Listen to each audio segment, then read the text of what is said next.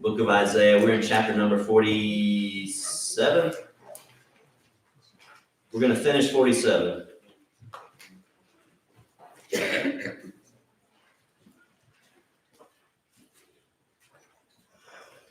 Now, 47 is about Babylon. Remember that we're in this big, long section about a lot of going back and forth, talking to Israel, talking to Babylon, and it's really about the future coming home from captivity of Israel, okay?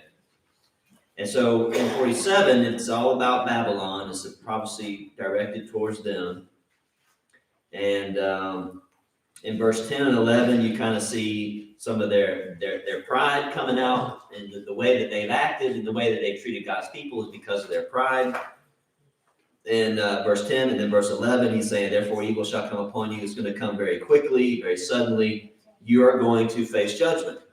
And verse 12, I think we read verse 12. Well, let me read it anyways again. It says, stand now with your enchantments and the multitude of your sorceries in which you have labored from your youth. Perhaps you will be able to profit. Perhaps you will prevail. Yeah, I remember talking about that now. So Israel is not, Isaiah is not saying, or God is not saying that they actually might have a chance. If they would just keep on relying on what they've always relied upon, you might have a chance to avoid your judgment. That's not what he's saying. He's basically saying that, God knows that when he says a thing, there's a very good chance that those people are not going to listen, right? And not that God had to learn that lesson, but God has seen this from people over and over and over and over again, and surely Babylon's not going to be any different. So verse 12 is kind of like, all right, if you're not going to listen, if you don't believe me, then just keep on doing what you're doing. Keep on relying upon what you're relying. Go ahead and do what you think is best. That's what he's saying. A little bit of sarcasm there. So verse 13, he says, you are wearied in the multitude of your counsels.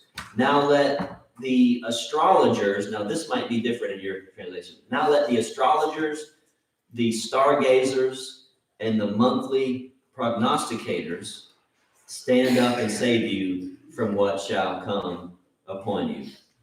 Again, he's not saying that these people are going to actually be able to do this, but he's saying, go ahead and do what you think is best. Go ahead and keep following after these people who kind of follow the stars and write the horoscopes in the newspaper, so to speak. Basically is what write the monthly prognosticators. Like, who didn't think of, now what, is there something different in y'all's translation? I got monthly prognosticators. What you got? About the same? Yeah. Those who at the new moon predict. Those who the new moon predict? Yeah. Yeah, I mean, who didn't think of the horoscopes that are in the papers all the time? Right? Like, that's exactly what that is. I think they're put in there. I don't know, because I remember as a kid I'd read the comics, and it seemed like always next to the comics in the paper there was these horoscopes and whatnot. And so I would look at them as a kid and didn't think much of them, But I wonder if they're put in there just for like a joke, sort of. Yeah, I don't know. I don't know why they put it in there. I guess people like to read them. But then I wonder how many people actually rely on horoscopes like that. It's like, they're no better than the fortune cookies. The things you get out of the fortune cookies. And everybody, from what I know, laughs at those. That's just a joke. Oh, yeah, something, blah, blah, blah, blah. Something's going to fall on my head tomorrow because whatever.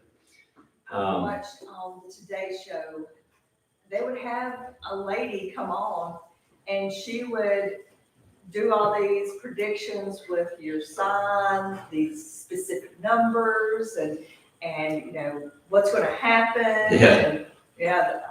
There's people out there that do that and believe it. People eat it up, I guess, yeah. Because they wouldn't be on a TV show like that if viewers didn't want it, right? And then they would say, oh, well, this is why this happened on such and such time, Yeah. Well, there's also people that prey on people who believe, because, I've gotten emails wanting to know the date of my birth and where I was born and the hour I was born and all this, saying they could tell my future on. If I gave them all that information, they could get my social security number. Yeah, I'm surprised they didn't ask you for that. Yeah, do you have your social security number and your parents' social security number and all your children's social security number? And then I'll be able to help you out, yeah, Tim. What's so funny about this is my son's cancer, your son's cancer, their son's cancer, and it says today you will fall and break your nose. Well, you got everybody born in July is going to fall and break their nose. Well, No, somebody might, but and then they'll say, yeah, but odds are that that's not going to happen to everybody. It's not going to happen to everybody. yeah, you'll hit one every now and then, though, I guess. Yeah. I guess that's what they hope for. Yeah, that's all they can hope. Like if I was one of these people, these crystal ball people, and people pay $20 to come and see you, and you say all this stuff, but in like 2 out of 20 hits, something I say hits at 2 out of 20, then those people might be coming back spending hundreds of dollars. Oh, and all I need to do is hit like 1 out of 20 or 2 out of 20 or something like that, and then I'm making a living, because they're coming back, maybe. Somebody have their hand up there. Yeah, Okay. that's how they do it. They deceive, like I said, if they get lucky and get 1 or 2, they're just deceiving people out of their money to bring them back. So because they think it's real. I mean, it's just another sorcerer, just another way to beguile people out of their money. Mm-hmm. Because God said he let the fool believe a lie. Yeah. And that, that's the same thing. He's just saying, well, you come, you'll take your money. It's just a profit. Yeah, and I imagine it was no different in their days, where you would, I don't know if the king would hire these people and they had like a government paycheck to do this kind of stuff. It was I think that's kind of weird, but maybe they did, and had a place in the royal cabinet or whatever. But surely some of the things that they were saying would probably happen, chance come true, right? They would make it come. And so once that one thing hits, then that's, you build your profession off of that one thing that you got right, and ignore the 1,000 other things that you got wrong. Kind of sounds like almost a politician of sorts. Tim or Tom, which one do it? The last of this moderate little version says, stand up and save you from the things that will come upon you. I think it's a little bit of sarcasm from God. Oh yeah, I think You it know what is. I'm saying? This ain't gonna happen. They're not gonna save you from anything. Right. You're gonna have to depend on me Yeah, to yeah. save you. And that's, because we can all sit down here and predict something's gonna happen, write it down on that day. Ain't gonna happen. Yeah. And that's the thing. If God was to tell us, hey, he's coming back January 30th, 2025 at 12 noon in the Bible, then yeah, we can believe that. All right. Yeah. But he says no man will know, not even the angels in heaven. And that's what they're depending on, is for man to know, not to depend on God to tell him. And direct him. Yeah. Bill, You know why they do that? do what? Look, all this jabber you're talking about. I don't know. Tell me. They're too sorry to work. Oh, okay. The people who pretend to, yeah. Well, to them, it's work. You mean work a real job, I guess, Yeah. right? Sit down and say make lots of stuff. But I have- Honest work, yeah. Not everything. Yeah. Okay, so that's, and so look at what God was serious about and what the truth was in verse 13. It's that the fact that they're wearied by these things. They're wearied by these people. The multitude of your counsels. You're going to all these different sources. So what he's saying is they don't realize how bad they're actually hurting, because they're going to all these different sources for help and comfort and relief and peace of mind and et cetera, et cetera. And that's actually hurting them really, really, really bad. And they don't even see it. He said that you're weary you're weird by this. Maybe there's another way to word that too. Go ahead. I was gonna say, it was kind of funny, like when the Mayan calendar ended, people Oh, thought, yeah. this is in the world, it's just that they broke that calendar out so many thousands of years ahead, and no one continued on, so when that ended, people thought, this is in the time. Yeah, like they had some kind of special It's knowledge. kind of funny, because I guess a lot of it's probably rooted in, like, people who believe that have a lack of faith or spiritual maturity, Mhm. and it's kind of, I guess it's kind of funny, like, if you are faithful, but you're very immature, very weak in it, I guess it's kind of funny when you come across a stumbling block in life, how you kind of veer away from what Christ teaches us. And, it's just kind of, again, it's like, man, why do this? And so it's like you reach all these other sources, be it soothsayers or fortune tellers or even a fortune cookie for that matter. Yeah. It's like, my goodness. Yeah, see, and also think, yeah, that's good. And also think that if people don't look, so people like things that are new. And when something new comes along and people are interested in it. And so, like this Mayan calendar thing, I don't think for a minute that the Mayans thought the world was going to end. I just, you got to stop your calendar at some point, or you have an infinite calendar. Like somebody wasn't going to pick it up, or the next generation dropped the ball and put the next few years on it or something like that. But since it was new and it was refreshing, and compared to the Bible, or compared to, let's just get all religions, I think when people look at and of course I'm concerned about Christianity, but when people look at their scriptures and their religion as, we've always been doing this and it's in my family and I've read through my scriptures 10 times already, and the preacher says the same things, every 4 or 5 years, it's just kind of repeating everything. All right, and we go to some kind of worship, we worship the way we do. And so it becomes very old hat to people. And so when something new like that comes along, it's very easy for them, if they think that about their religion, it's very easy for them to get, sucked out of and into this and down this rabbit hole, really, of junk like that, and trusting in sources that you don't need to trust in. And so, but when you actually love when you love Christianity, and like every Sunday is like, you're able to view your worship as something new, and it's not old, and you're not here because this is just your habit, then you're not going to get tempted by that garbage that's out there, which pull a lot of people away from Christianity. Is things like this today. Any more comments? Yes, sir. The Israelites were forbidden from doing things like this. Yes. I think it was Saul, he was strictly told not to contact the medium, but he went ahead and did it. Yeah. And of course, they were strictly forbidden to do a lot of things that they decided they would do. Oh yeah. Everything. Yeah. But this is pretty comical.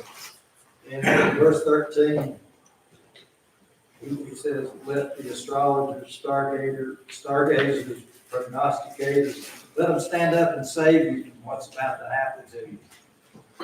That is quite common. Yeah. It is. And it wouldn't have been funny when Babylon was falling, though, and they were probably running to their people, these people right here, and saying, hey, what's going on? You're having a bad day or what? Because, we're losing our kingdom, we're losing our empire here. But yeah, there's a time when, talking about being wearied from wrong sources, and spending their time in bad things. In Acts chapter 17, Paul goes to Mars Hill, right? Y'all remember reading something like that? Or the Areopagus. And he's talking to these people, talking to the Greeks. And as he went up there, he could tell that the people were religious. Right? Some translations say superstitious. He said, I can tell y'all in all things, y'all are very religious. You're very superstitious. You are actually, he said, you guys are, And I think he was commending him, like, you guys are you are invested into this thing, whatever you believe. But that's about all he said. That's it. For all the gods that they worshiped, the text says, verse 22, I think, or maybe a little 24, says they just spent their time in nothing else but to either tell or to hear some new thing. Now that tells me that it was not time well spent. Whatever they're doing, not time well spent. And you're wasting time on these other things, these sources that were not going to give them any hope, any help, any knowledge, no revelation. None of that was coming from them. And the same thing is going on here in Babylon. And I wonder if the weariness here is that you're wearied in the multitude. He's telling them something they already know, as if he's saying, you know that how disappointed and discouraged you are from being let down by these kinds of people. And you know they let you down all the time. And maybe that's what it was. He's saying, hey, you kind of open your eyes. Hey, you know how bad off you are because you're going to the wrong sources. And they knew that those things were not beneficial. All right, so 14 and 15, he says, Behold, they shall be as stubble. The fire shall burn them. They shall not deliver themselves from the power of the flame. It shall not be a coal to be warmed by, nor a fire to sit before. Thus they shall be to you with whom you have labored, your merchants from your youth. They shall wander each to his own quarter. No one shall save you. So he's saying God's fire is coming. Judgment, this is judgment language. And it's coming in the form of Cyrus. Cyrus was the flame. He was the fire. Now fire can be good. Fire can be very calming and relaxing, right? There's some fire that's good. Calming fire will cook your food and keep you warm and blah, blah, blah. But he's saying, no, this is not the fire that you want to cozy up to on a cold winter night and get comfortable with. This is not a fire to be mocked or laughed at. This is the real deal. And he's saying in verse 15, when everything goes south and this is coming on you, Babylon, everybody that you rely upon, everybody you thought that you were friends, all these trade merchants that you had, and all your buddies, all of it, they're going to be bye-bye. They're going to go to their own quarter. They're like, oh, okay, see you later, because we don't want to get stomped in the ground along with you. And he says, no one, that last sentence there in 15, no one shall save you. Don't you think that's got to be one of the scariest statements in all of the Bible? How would you like that if that was told to you? Especially if you knew you didn't have long to live. And that was told to you by God, let's say. A pretty scary thought, isn't it? Yes. I mean, if God is ever directing those words to you, I'm not saying he's going to give you revelation, but if those ever apply to you, those words, then you could probably count his long suffering with you is over. And to me, that is frightening. And I'm going to do whatever I can to make sure that's not me. Those words are not going to be said to me. Those words will not apply to me.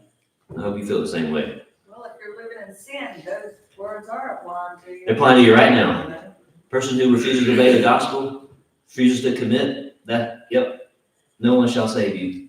And that, you either going to read that and let that thought sink in, or are you just going to blindly ignore it and just think, okay, well, I guess I just make up. I don't know. I don't know what people do. Yeah, but you're right, man.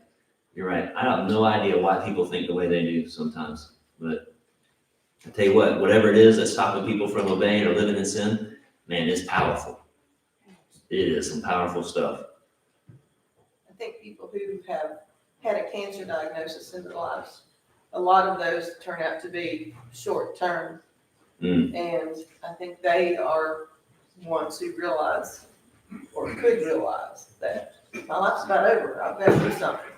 Yeah. They know at the end is soon. All right. Let's go right into 48 here. Now, let's see. Let's do 1 and 2. It says, "Hear this, O house of Jacob, who are called by the name of Israel, and have come forth from the well springs of Judah, who swear by the name of the Lord and make mention of the God of Israel, but not in truth or in righteousness. For they call themselves after the holy city and lean on the God of Israel, the Lord of hosts is his name." All right. So we got 3 names that pops up here in verse number 1. And you notice how he's calling the same group of people. Well, we might could argue whether he's talking about the same group of people or not, but same group of people, he's saying Jacob and Israel. We've seen this a lot already, where he's using Jacob and Israel almost interchangeably, right? But maybe this not. Let me just throw this out there. Maybe he's not so much using it interchangeably, these 2 names. So Jacob was, we would say it was the given name. Jacob, so when Jacob was born, actual Jacob, the boy was born, he was given the name Jacob. So that's kind of like all the Israelites came from Jacob, right? And so that's kind of their secular name, their earthly name, their given name, or whatever, their natural name, whatever it might be. But Israel is the God-given name, right? So you remember God changes Jacob's name to Israel or Israel. Bud Morfield always pronounced it so perfectly, Israel. He pronounces it so perfectly. I don't know if anybody else ever knows that in Bud talk, but I sure did. But Israel is the spiritual name. Israel is the covenant name that was given to him. All right. Now Jacob, does anybody remember what the name Jacob means? What's that? Usurper. Who was that? Usurper is kind of like, supplanter, this idea. So it literally means heel catcher. And that's because in Genesis 25, you read about where Esau came out, and then I don't know how it looked. I don't know how it pictured how it actually went down. But he caught, however it happened, he caught the little baby, Jacob caught the heel of his brother. Okay. Heel catcher. As if he was trying to, I was thinking, no, never mind. I think it works though, but I'll share that with you later. God ends up giving Jacob the name Israel in Genesis 32 and or 35, either one of those. Well, if you read 32 and 35, you'll see what I mean. But Israel means, and I've said this before, Israel means what? Definitely not supplanter or usurper. One who strives. Okay, one who strives with God. What'd you say? Fought with God. He fought with God, yeah. And I would even add this. I think it means it's more to it. He fought with God, or he strived or struggled with God to be a prince of God.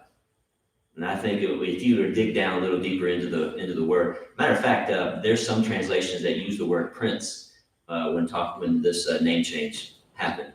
So struggle to be a prince with God, or struggle to be a prince of God. And so you see the difference here. So he's saying, now hear this, O house of Jacob, who are called by the name of Israel. It's almost as if Isaiah is actually calling them Jacob. And the people were thinking, oh, no, Jacob, sir. We've moved past that name. We are Israel. We are the princes with God kind of thing. As if to say, Isaiah saying that, well, I know what you want to be. I know what you should be. The name you should be living up to. But the name you actually are living up to is nothing but a supplanter. It's just your natural name, not the actual name that God gave you. You're acting and living like a cheater, which would be another way to call a name for Jacob. And then a third name is mentioned, which is Judah. Now that's the royal. We'll say that's the royal name. That's David's lineage. That's where all the kings of Judah would come through. That's Christ's lineage, is Judah, right? And Judah means praise. But so their royalty, in view of their place before God, their royalty comes by Judah, if that makes sense. And so what he's saying is that the people, oh, you call on God's name, and you see verse 2, or at the end of verse 1 too, they call on God's name. They're so proud of their name, and they're so proud of Jerusalem, and they're so proud of their temple and everything that they've been given. And it's become like a security blanket for them, that as long as they have that with them, as long as they have that grand temple, as long as they're called by the name, or they call themselves by the name Israel, then, well, we don't have to do anything else. We're going to be okay. We're going to be fine. In verse 2, they lean on God. They still want his blessings, despite them also wanting to live however they want to live. And he's saying there's no truth there. They make mention of the God of Israel. There's no truth there. They don't do it in righteousness. And so you get in this very skewed, like almost entitled kind of thought process, which I think is still alive and well today among all religious people. And I'd say it's in the church too. I don't know why it wouldn't be in the church. Where as long as we call ourselves this, and as long as we do this, and as long as we go through the motions, these pews in our songbooks, so to speak, have become our security blankets. And you see this when people run to the church buildings when bad things happen. Because as long as we're covered by this, and what do people call it? They like to call this the sanctuary or something like that, or they'll give it another name, where it's almost like there's something holy about being under this roof, because there's a big cross up here or something like that, you know. Oh, now we're walking on holy ground, you know, kind of idea. But as long as we're protected because we're in here, and we come here twice a week or on Sunday mornings.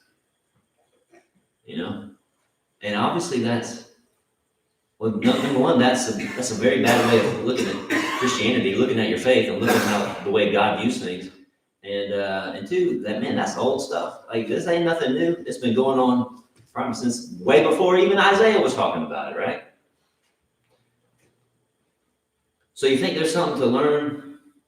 Is there a lesson there for us to heed today? Yes, I think so, because I think the reason Isaiah used those three terms is because they were thinking that there was something more, and he was bringing them back to Jacob, to where there was, they were nothing, and then they become Israelites, and then the land is going to come out of Judah, and like you said, they thought they were entitled to something, but he's bringing them back to, hey, you're not entitled to nothing. You need to do what God says. That's what Right. I think. Yeah, that's exactly right. He's trying to get the people to think a little bit. Like, haven't you ever thought about this? Like, this is making really good sense. And you go all about chapter 1, where God is saying through Isaiah, come now, let's reason together. And I think he's been trying to reason with them all the way up to where we are now. And I think the New Testament reasons with us today. Or these writers are trying to reason with us, God's word, reasons with it to get us to start thinking about things that we maybe have not thought of, and that's messing up our faith, taking us down the wrong path. Any more comments? Yeah, it's not a really happy thought that we could actually be using our faith as a crutch and not actually living our faith. It's pretty hard pill to swallow. And I'm not saying anybody in here is doing it. I'm just saying that we are all could go down that route if we're just not careful. And we want to keep our guard up against that thing. I think also using the different names, pointing to different groups of the whole, is really also pointing out the fact of their divorce from each other, their separation, their denomination, their division, because they're not a whole. They wear that blanket of a name, but in their hearts they're completely separated from each other. Yeah, so, As well. yeah, I think, so you're hitting on something that I think comes out a little more in the next chapter, where, and I'll say this, that there's always always a people within a people. So you're always gonna have the faithful remnant. So it's almost like there's one Israel, but there's two peoples within that Israel. It's one is always a faithful remnant, and then there's everybody else. You know, and there is a definite separation. I think we see that come out in 49, for sure. And I don't see why the church would be any different. You know, there's a parable, I think it's in Matthew 13, the dragnet. You can check down on that, where he says the kingdom of heaven is like a net that gets thrown into the sea and gets pulled out. And then not everything that gets pulled out of the sea, the world, into the dragnet, the kingdom, is actually going to prosper. Like some of those that get pulled out of the sea into the kingdom are not going to make it. And that's the idea that not just because you obey the gospel at one point,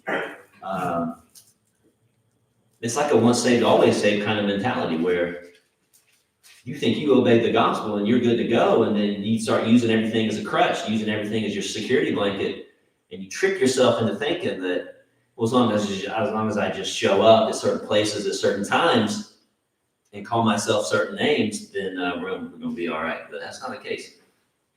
There's always a people within a people. The idea. Yes, ma'am.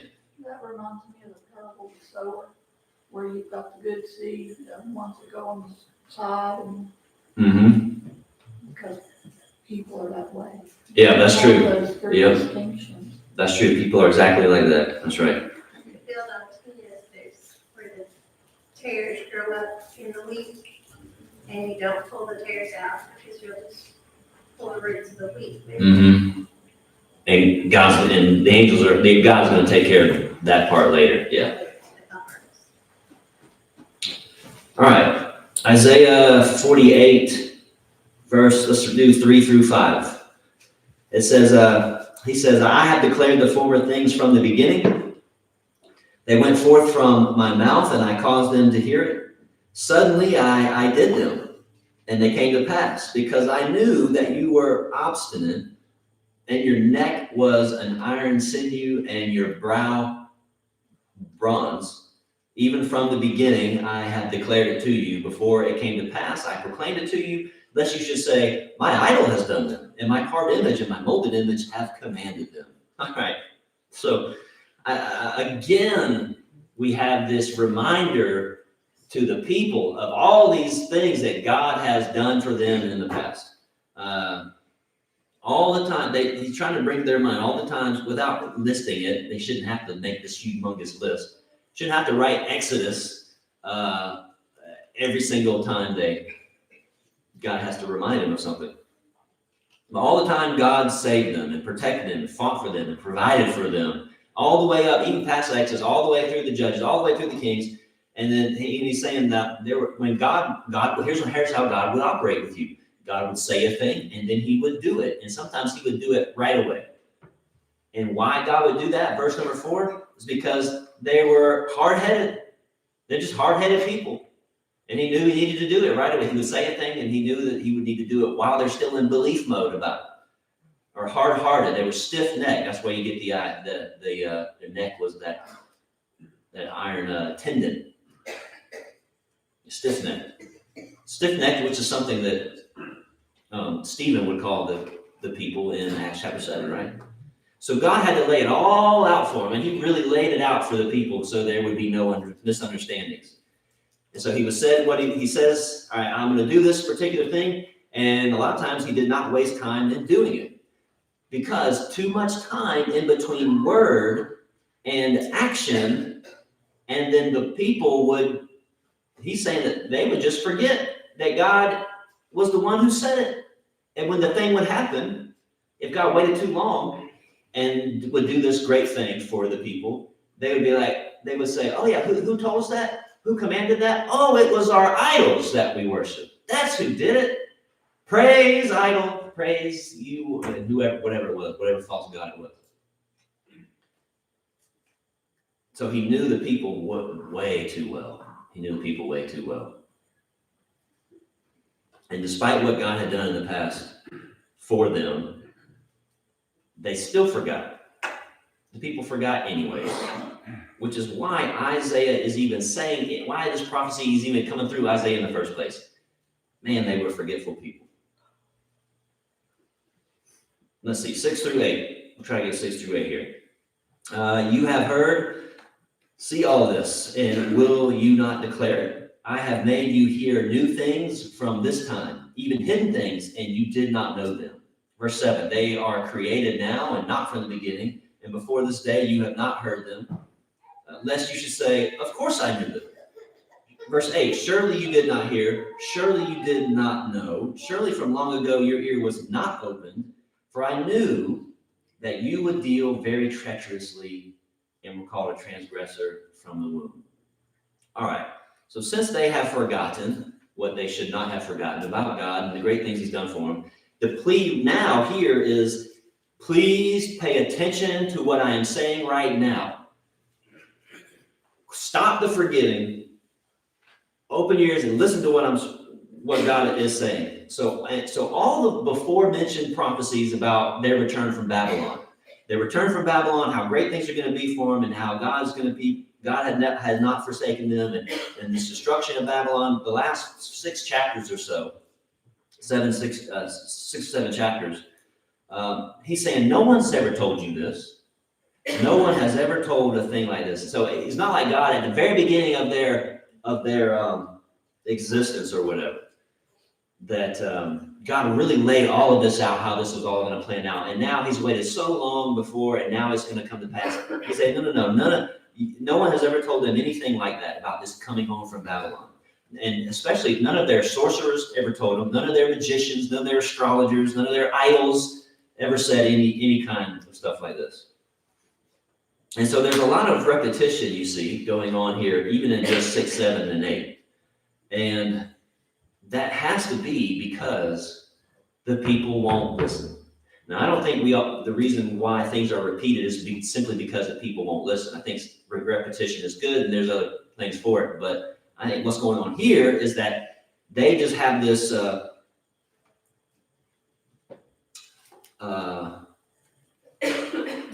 habit of not listening and forgetting. And so it's almost as if, I think this is what's going on, that God having to speak to them like a child. Because they're acting like, basically, in so many ways, they're acting like a child. Now, this verse 8 let me say really quickly about what this transgressor from the womb thing. This is a reference to the name Jacob. He's saying, because you were called a transgressor from the womb. And this goes back to Jacob grabbing the heel, being called the supplanter, the usurper. You might even say literally being called a cheater, already trying to get ahead of his brother in the wrong way. That's a reference to the name Jacob. It's not affirming born in sin. I don't believe that for 1 second. We can talk more about it next week because we're out of time. But if everybody's born in sin, then the whole point is moot here. This he's not even making a great point. If it was only Jacob that was born in sin, then that would be a great point that Isaiah is making. But that's not even the case. This is just simply a reference to Jacob's birth and why he was referring to them, Jacob, as Jacob and not Israel in verse number 1 here. All right, now if you have that was a quick explanation of that. If you got any thoughts or comments about that, we can address them next week when we meet. All right, thanks everybody. Thank you. Good morning. Good morning. Good to see you. You're visiting here. Glad you have chosen to come out and be with us this morning. So, is anyone besides me ready for this election year to be over with? Yeah. I cannot imagine what it is like running for any office, much less for president. But you know what hurts the most about running for president? it's the campaigns.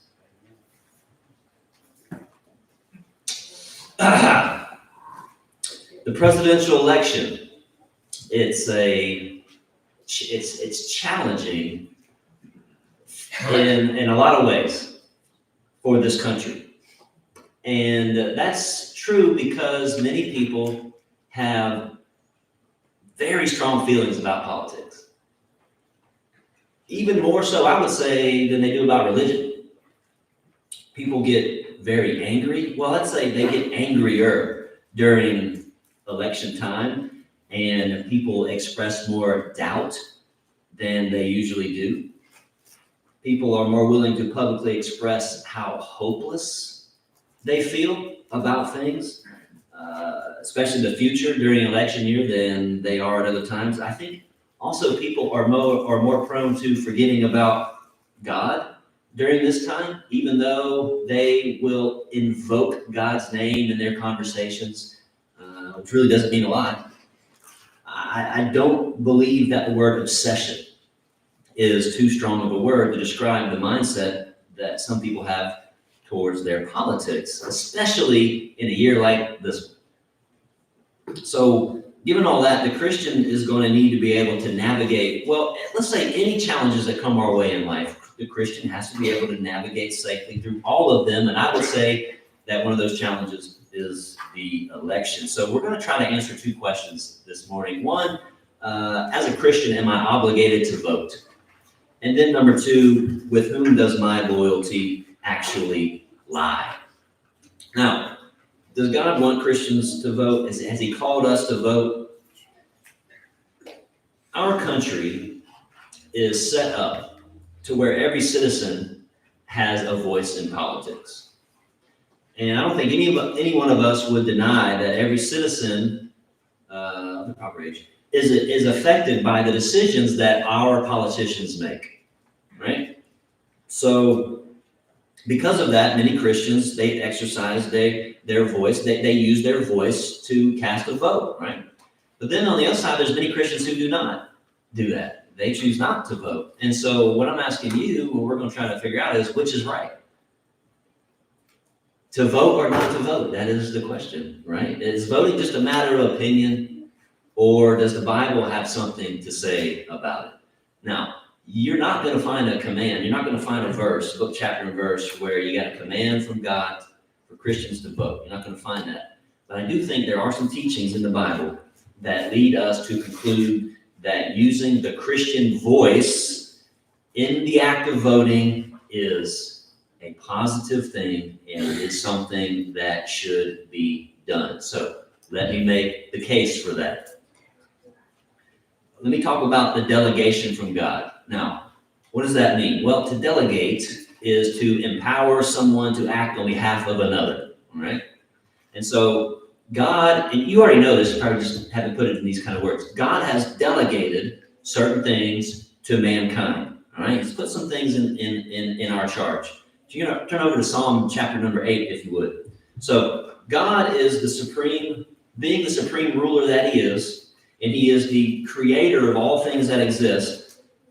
God has all the authority, and all creation, especially mankind, is subject to him. Now, when God created us in his image, he also entrusted us with our own authority and dominion over everything else that was created. So like we're at the very top, right? So look at Psalm chapter number 8, and starting in verse 5. Well, let's start in verse 4. Let's do that. What is man? This is to make sure we know who we're talking about. What is man that you are mindful of him, and the son of man that you visit him? For you have made him, mankind, a little lower than the angels, and you have crowned him with glory and honor. You have made him, here you go, to have dominion over, there's our authority, the works of your hands. You have put all things under his feet. And then it goes on to describe all things, the sheep, oxen, beasts of the field, birds of the air, fish of the sea that pass through the paths of the sea. All right, so God has put our world under our feet, so to speak, right? And we have the responsibility to govern the world in not just any way, but in a way that would align with God's character and in a way that aligns with God's will. And how do we know God's will and who God is? Well, it's through his word, right? So we use his revealed word to know how to handle properly the things that God has put in our under our feet, in our hands, in our trust. Does that make sense? You with me so far? All right. Now, unfortunately, we have failed to do that. We have governed all right. We have exercised authority over the world, but we haven't been so good at doing it by God's character and by his will. And we go all the way back to Genesis to see that not long into our history, sin comes into the picture, and then what follows sin is a lot of chaos and disorder. And really, more importantly, when sin was introduced into the picture, that resulted in a broken relationship between mankind and God. All right, that's what sin does. So, number one, all authority, all governance, we would say, belongs to God. Right? We got that. All belongs to him. He's got it. He's the main one. Number two, God delegates that governance to us, to people. He says, all right, here, I'm gonna put all of these things under your feet, right? We read that, Psalm 8. And then three, we know this for a fact, people have always defied God's will through sin. Isn't that true? Is one true? Number one true? Is number two true? Is number three true? All right. So you know what that means? Unfortunately, that means that every single government on earth is going to be flawed. Even the great America, the great United States of America, is going to be flawed because every government is led by imperfect people who consistently rebel against God in sin. So no government's perfect. Yet, you know what? Despite that, God still allows governments to exist. God still providentially uses our governments as he sees fit. And despite all of this, God still expects his people to heed their governments. And if you don't believe that, we'll read, now Isaac read from Romans 13. Romans 13, verse number 1, says, let every soul be subject to the governing authorities. For there is no authority except from God, and the authorities that exist are appointed by God. Therefore, whoever resists the authority resists the ordinance of God, and those who resist will bring judgment on themselves. But we got it? Pretty clear there. More about this divine delegation. God desires that mankind, he wants us to administer justice. And he wants us to administer justice by doing these three things. He wants us to be promoting good, he wants us to be punishing evil, and he wants us to be protecting people from harm. And this can go all the way back to Genesis as well. Genesis 9, after the flood, in Genesis 9, chapter number 6, whoever sheds man's blood, by man his blood shall be shed for the image of God he made man. For in the image of God he made man. There's justice in that. You say, well, that's Genesis. That's too far back. Well, justice was expected in Israel's day. Listen to what Jeremiah says, chapter 22, verse number 3. Thus says the Lord, execute judgment and righteousness and deliver the plundered out of the hand of the oppressor. Do no wrong and do no violence to the stranger, the fatherless or the widow, nor shed innocent blood in this place. Justice is expected to come from us, from mankind. And say, well, that's Old Testament still. Surely an expectation of justice coming from us is seen in Mark 12:31, where he says, you shall love your neighbor as yourself. Now, you're not going to tell me that doesn't apply to us today. You don't see some level of justice in that verse right there, you've got to see it. God expects us to execute judgment, promoting good, punishing evil, and protecting people from harm. And this delegation that we have, this responsibility that God has given us, is designed for the good of any people in any given area of the world. It doesn't matter where you live, doesn't matter what government you're under. Now, from Romans 13, let's say 1 through 7, Romans 13, we learn that government it's a God-ordained institution. That's what it says. I can't change that. It's a God-ordained institution for the purpose of promoting good and restraining evil. Doesn't mean that not all governments are going to do that, but that's why it's set up that way. 1 Peter chapter 2. Let's go over to 1 Peter chapter 2.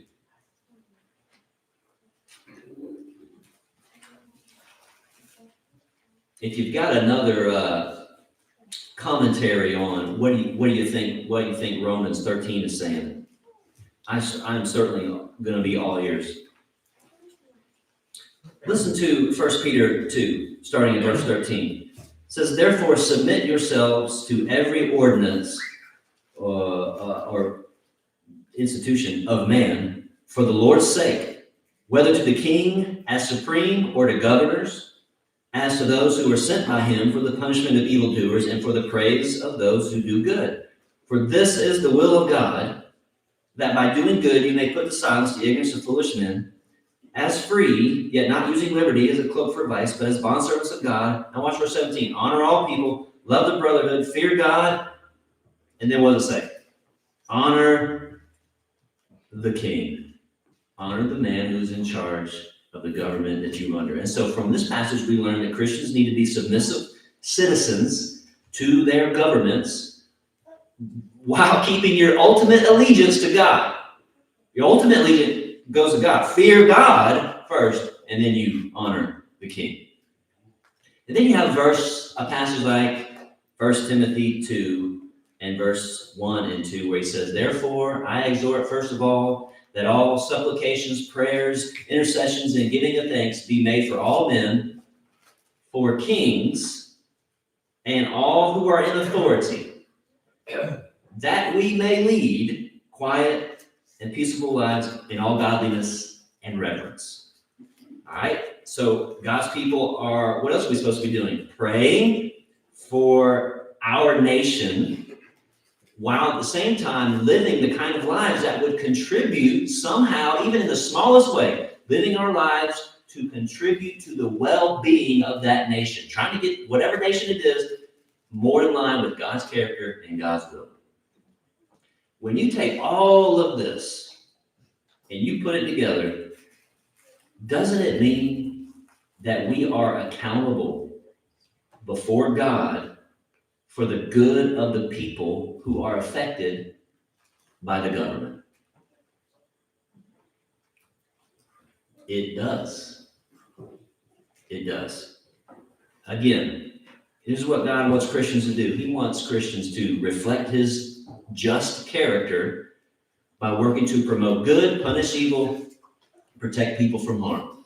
He wants Christians to subject themselves to and support a government for the betterment of the people. And we're not talking about evil governments. That's a whole nother subject. I'm not saying you support the government, however good and however evil they are. It's not.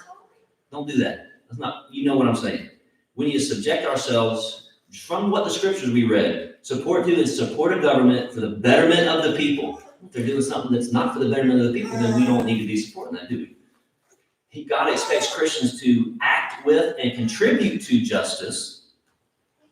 He expects Christians to pray and work for the well-being of the nation in which they live. He expects Christians to love God with all their heart, with all their soul, with all their mind. And he expects them to love their neighbors. And then finally, he expects Christians to take part in their responsibility, don't care how big or small it is. Take part in the responsibility that they have in any kind of governance. And we take part in that for the good of the people that are affected by the government. So there's no command to vote, folks. I don't have that verse. And I know politics and the circus that it brings can become so revolting in so many ways that we get to the point where we just don't want anything to do with any of it. And I think many Christians, me included at one point, have found themselves saying, well, I seriously do not care. I don't want to be a part of it. Whatever's going to happen is going to happen. I'll just trust in God, that kind of thing. God's still in control. And you know what? That's true. Whatever will happen, will happen. And it's true that God's in control, but great day. I can no longer, and none of us can ignore the points that we have just made and the related scriptures that go along with it. I hope that we can agree that our vote, as insignificant as we might think it is, I hope that at least we can agree it is a very unique privilege. And what I'm saying is that it's also a responsibility that God has entrusted us with. So what do we do with the things that God has entrusted us with? Voting is a God-given right, and he certainly calls upon us to use everything that he has given us, including our vote, to honor him and to use it for the greater good of our neighbor, the greater good for our fellow man. And I think a vote falls right in along with that. Now, the second question is where does my loyalty lie? Over in Mark 12 is where you want to turn. Every election nowadays, especially the ones every 4 years, seems to be the most important one in the history of our country. You can write it down. It won't make you a prophet, but write it down somewhere, and in 4 years, the election that's going to be happening is going to be the most important election in the history of our country. And you know you're going to hear it. And while that phrase is starting to become cliche, it's actually starting to lose its meaning a little bit, at least in my mind. People, when they say it, they believe it. People sincerely believe it. And what that should tell all of us is that people really do care about the future of the country. And so we have people, we're experiencing all of these different ups and downs right now in a variety of different areas as far as politics are concerned. And what happens is people become very panicked. We panic ourselves, that's the right way to say that, by the prospect of what's going to happen if so-and-so gets elected. Or if one party gains the power over the other, and then we really scare ourselves. Man, we end up scaring a lot of other people as well. But wouldn't it be nice? That happens, and I'm not getting down on anybody who does it. But wouldn't it be nice to be free from worry about the outcomes of our elections? I think it is sad to think that Christians do not believe, and while they might not say this, they act like it. Christians do not believe that they could still live abundant lives in Jesus Christ, even if every one of our freedoms were stripped from us and the U.S. became some kind of crazy authoritarian regime, some crazy tyrannical nation. Do you really think, are you really relying upon man for your joy, your spiritual joy, and your peace of mind instead of God?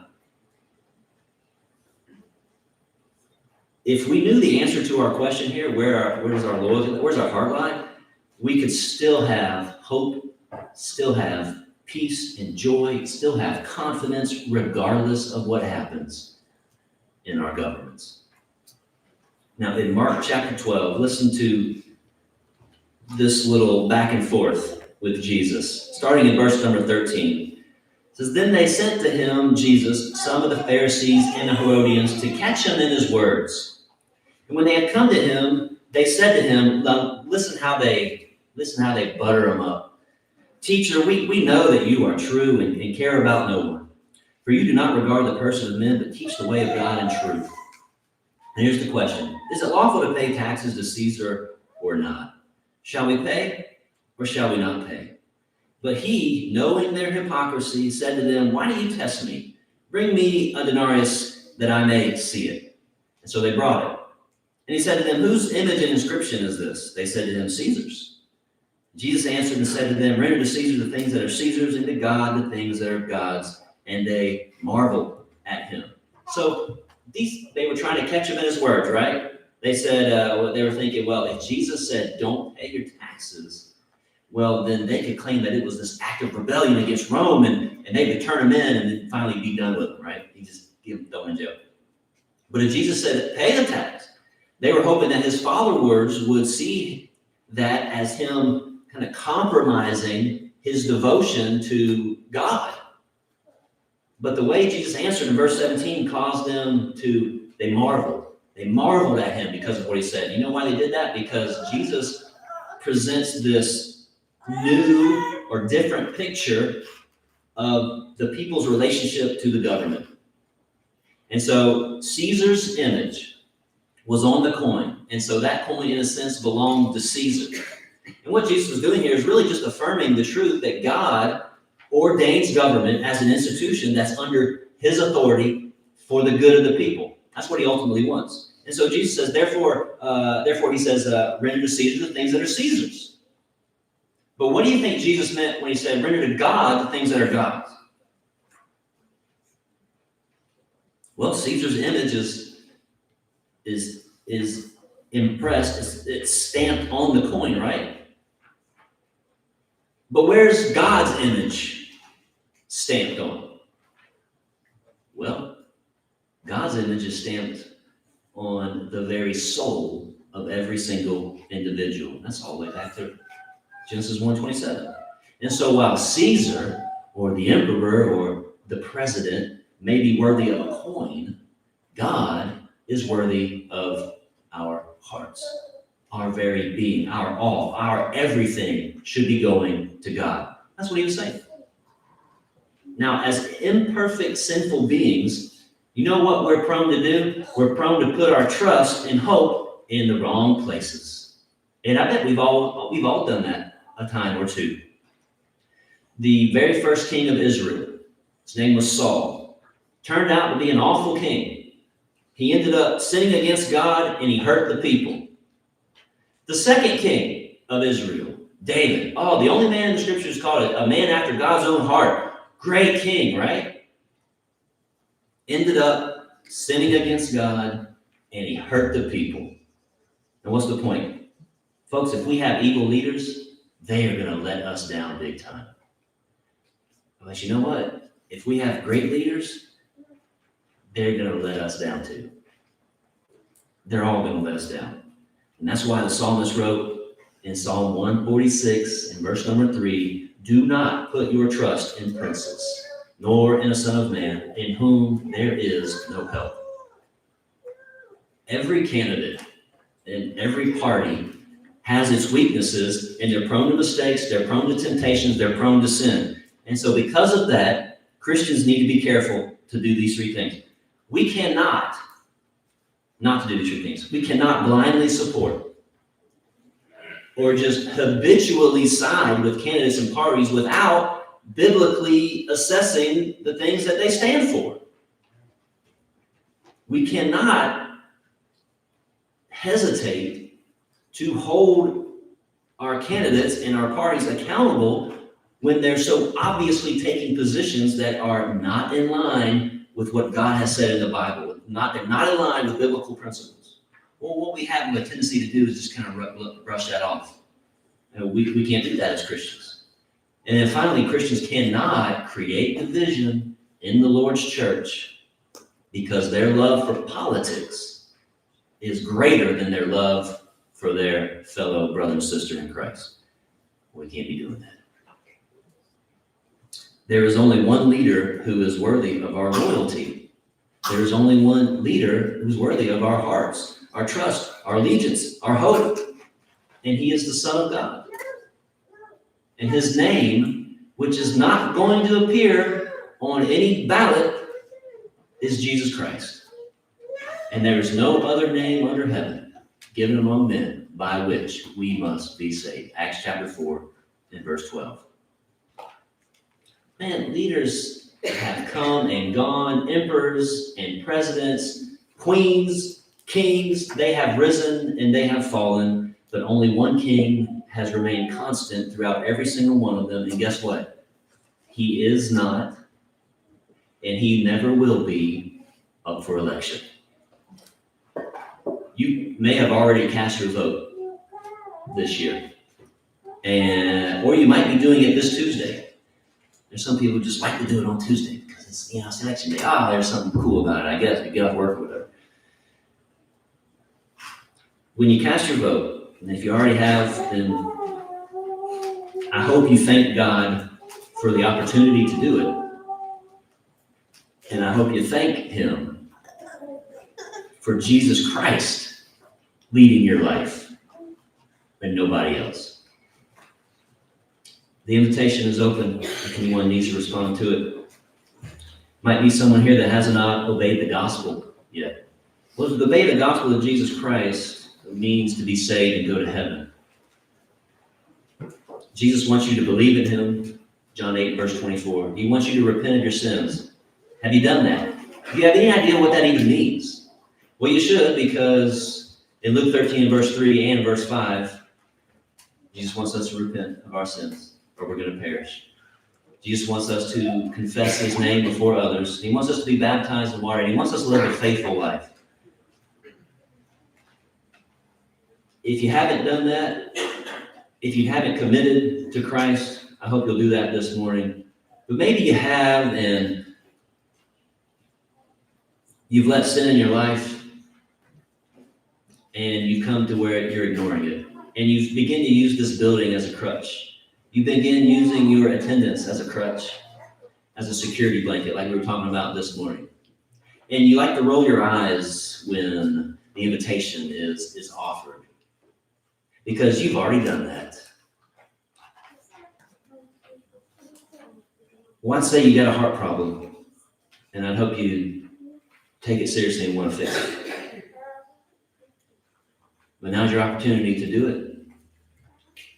Or you can sit right where you are and make it right with God right there. There's nothing wrong with that. Or if you're not sure if you can obey the gospel, then how about grab me or grab somebody here and ask them, what's that mean? What do I need to do to go to heaven? It's a good question to ask. If you need any prayers at all, the congregation here is absolutely willing to pray for you. And so let us know that as well. So let's grab our songbooks and let's all stand up and let's sing out together.